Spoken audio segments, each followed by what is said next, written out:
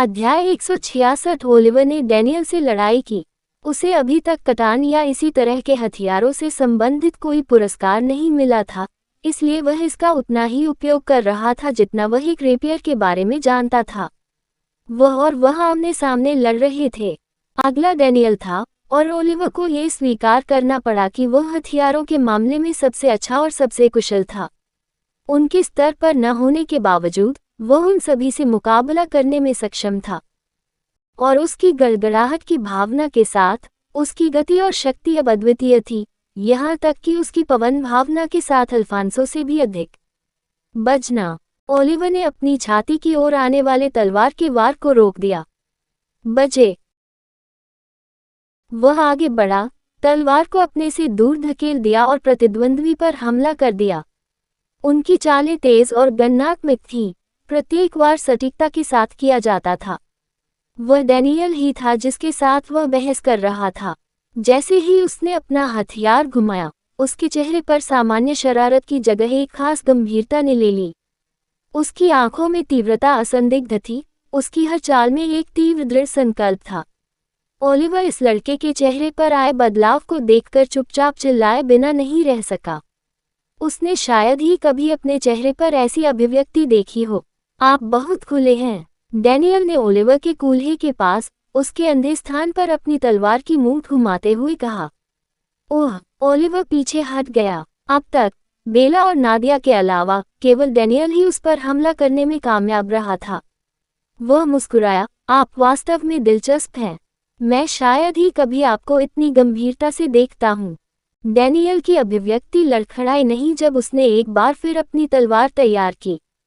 उन्होंने कहा, स्प पर ध्यान केंद्रित करें। मैं जानता हूं कि आप खुद को रोक रहे हैं और इससे मुझे गुस्सा आ रहा है। उसकी आंखें तेज चमक उठी, उसके हाथों में तलवार की पकड़ कड़ी हो गई। उनके चारों ओर की हवा उनके टकराव की तीव्रता से कांपती हुई लग रही थी, प्रत्येक अगले कदम के लिए तैयार था। मुझे अपना सब कुछ दो। मुझे परवाह नहीं है कि आगे क्या होगा, मैं ये चाहता हूँ। मैं अपने समकक्ष होने के बावजूद प्रतिभा में मुझसे कहीं ऊपर किसी की ताकत का अनुभव करना चाहता हूँ। वह फिर से ओलिवर के ब्लाइंड स्पॉट पर निशाना साधते हुए आगे बढ़ा। हालांकि इस बार ओलिवर ने अपना हाथ मोड़ लिया और अपनी जगह से हिले बिना ही वार को टाल दिया। डैनियल के क्रोधित रूप को देखकर वह व्यंग्यपूर्वक मुस्कुराया। डैनियल चाहता था कि वह अपना सब कुछ दे दे। वह उसे कैसे बताए कि यदि वह सचमुच पूरी ताकत लगा देगा तो शायद वह एक सेकंड भी जीवित नहीं बचेगा। अगर उसने ऐसा कहा तो सचमुच उसकी आत्मा टूट जाएगी। वह एस्पेरा या किसी कलाकृति का उपयोग करने से परहेज कर रहा था, वह केवल अपनी पाश्विक शक्ति पर भरोसा कर रहा था। मेरा अपमान मत करो, डैनियल ने दहाड़ते हुए उसे व्यंग्यपूर्वक मुस्कुराते हुए देखा। उसने बेतहाशा अपनी तलवार घुमाई। वह चाहता था कि ओलिवर उसके साथ और अधिक गंभीर हो। हालांकि वह उस पर एक बार भी वार करने में असमर्थ था।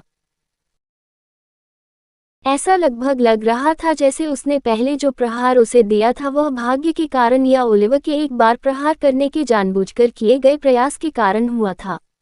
उसकी आंखें धीरे धीरे खून से लथपथ हो रही थीं। उसे वास्तव में इससे नफरत थी जब दूसरे उसे कमांडते थे। यह उसे अपमानजनक लगा। दांत पीसते हुए उसकी तलवार अजगर की तरह लचीली और फुर्तीली चल रही थी, जो लक्ष्य पर वार करना चाहती थी, लेकिन वह बिल्कुल दीवार की तरह थी। चाहे उसे कैसे भी और कहाँ भी मारा जाए, कोई असर नहीं हुआ। एम्बर, जो किनारे से इस द्वंद्व को देख रही थी, अपने हाथ में पानी की बोतल पकड़ने के अलावा कुछ नहीं कर सकी।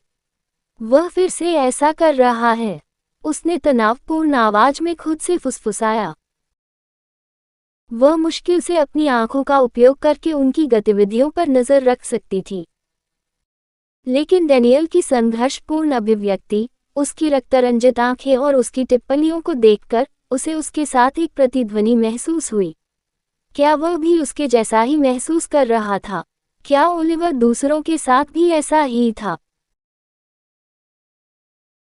हालांकि उन्होंने उनसे सामान्य रूप से बात की और उनकी क्षमताओं की प्रशंसा की, लेकिन उनकी आंखों में कभी भी उनके और उनकी क्षमताओं के प्रति रुचि या जिज्ञासा की झलक नहीं दिखी।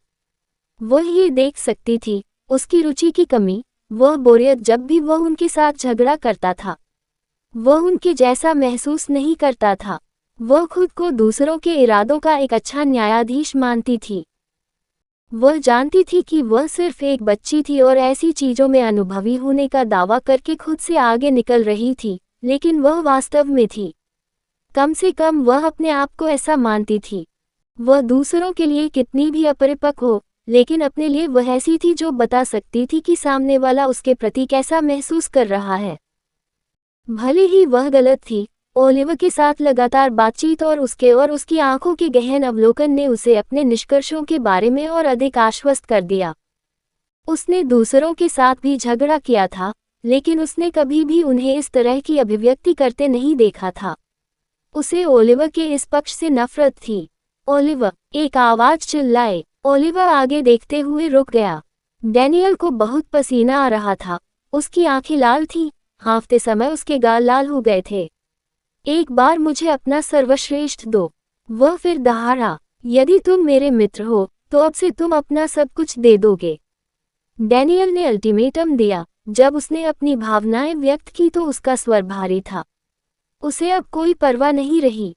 वह ओलिवर को अपना घनिष्ठ मित्र मानता था, वे एक साथ बहुत कुछ कर चुके थे।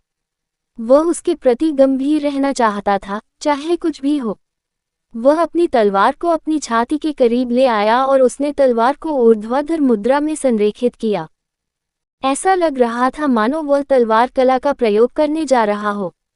अब मैं उस तलवार तकनीक का उपयोग करूंगा जो मुझे प्रिय है। यदि तुम सचमुच मुझे अपना मित्र मानते हो, तो मुझे अपनी तलवार से उत्तर दो। ओलिवर ने इस दृश्य को देखा और आह भरी। वह जानता था कि डैनियल किसी भी चीज की परवाह करने वालों में से नहीं है। उसे केवल तलवारों, द्वंद्वों और शक्ति की परवाह थी। वह सरल स्वभाव के व्यक्ति थे। ठीक है। ओलिवर ने अपना कटाना नीचे किया। उसकी आंखें गंभीर हो गईं। मेरे पास आओ। डैनियल, जिसने ये देखा, मुस्कुराए बिना नहीं रह सका। तलवार पर उसकी पकड़ मजबूत हो गई। आखिरकार, जब वह अपनी पसंदीदा तलवार कला की गतिविधियों का वर्णन कर रहा था तो उसकी आंखें केंद्रित हो गईं। कहानी खत्म। अलविदा।